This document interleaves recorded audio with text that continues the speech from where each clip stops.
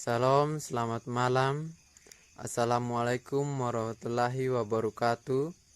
Salam sejahtera, namo buddhaya, salam kebajikan. Kami adalah kelompok 1 mata kuliah landasan pendidikan Prodi PPKN Unikama. Saya selaku ketua anggota Kevin Samapati. Anggota saya yang pertama, Saya Agnesia Yuyanti Indah.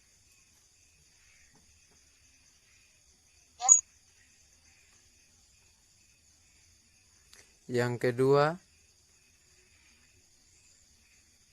Saya Maria Meliana Tulakalang. kami akan mempresentasikan sejarah pendidikan nasional. Sejarah pendidikan nasional. A. Pendidikan Indonesia pra-kemerdekaan. Pendidikan di Indonesia pada zaman sebelum kemerdekaan dapat digolongkan dalam 3 periode, yaitu pendidikan yang berlandaskan ajaran keagamaan, pendidikan yang berlandaskan kepentingan penjajahan, dan pendidikan dalam rangka perjuangan kemerdekaan. Pendidikan yang berlandaskan ajaran keagamaan dibagi atas 3, yaitu pendidikan Hindu-Buddha, pendidikan Islam, pendidikan Katolik dan Kristen Protestan. Pendidikan berlandaskan kepentingan penjajah. Yang pertama, pendidikan pada zaman folk. Kedua, pendidikan dalam rangka perjuangan Indonesia.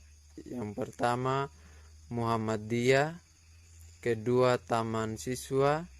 Ketiga, INS Kayu Tanam. Keempat, pendidikan Ma'arif.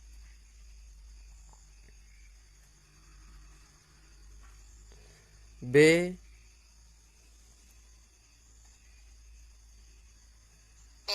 Pendidikan masa kemerdekaan. Yang pertama, pendidikan lama. Secara umum, pendidikan Orde Lama sebagai wujud interpretasi pasca kemerdekaan di bawah kendali kekuasaan Soekarno cukup memberikan ruang bebas terhadap pendidik.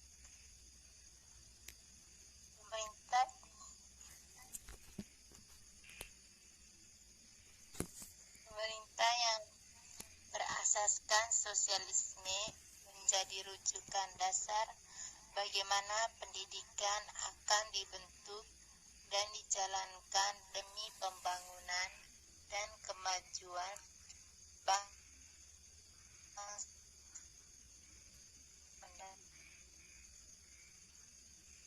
Daerah Orde Lama dibagi menjadi kurnia. Yang pertama,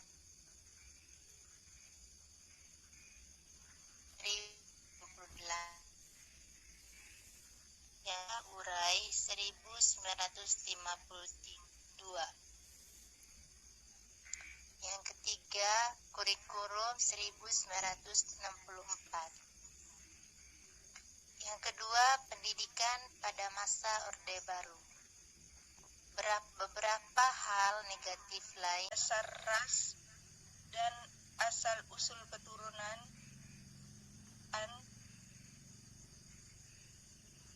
untuk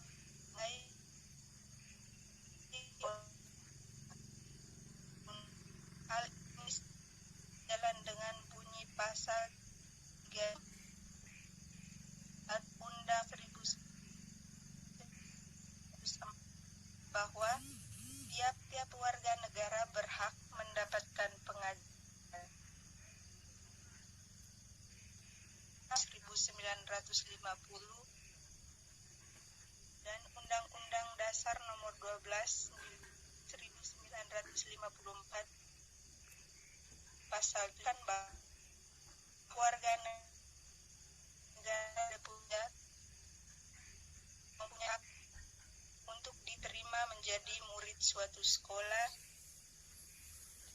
jika syarat peruntukan dan pengajaran pada sekolah itu. Ciri yang menonjol di awal kemerdekaan ialah tingginya motivasi belajar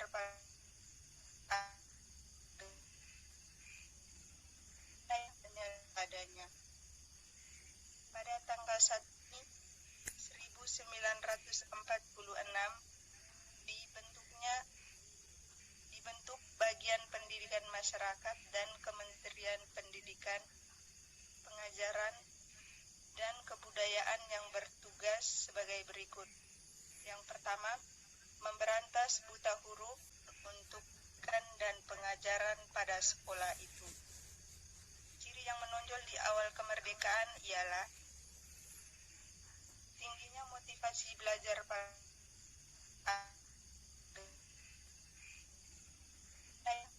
padanya. Pada tanggal 1 1946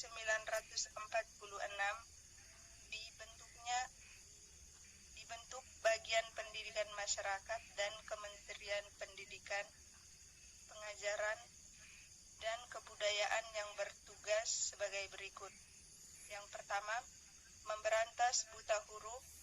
Kedua, menyelenggarakan kursus pengetahuan umum. Dan yang ketiga, mengembangkan perpustakaan rakyat.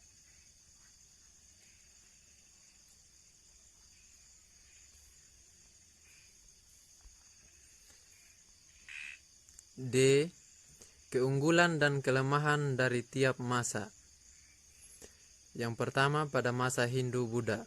Keunggulan yang pertama, pendidikannya sudah lebih maju dibandingkan dengan pendidikan zaman purba, atau tidak hanya mempelajari cara untuk bertahan hidup. Yang kedua, sudah mengenal agama atau Hindu-Buddha. Yang ketiga, sudah mengenal kitab-kitab sebagai bahan belajar yang lebih luas. Keempat, pendidikan tidak hanya diajarkan dengan orang tua, namun diajarkan oleh guru dan guru kearifan.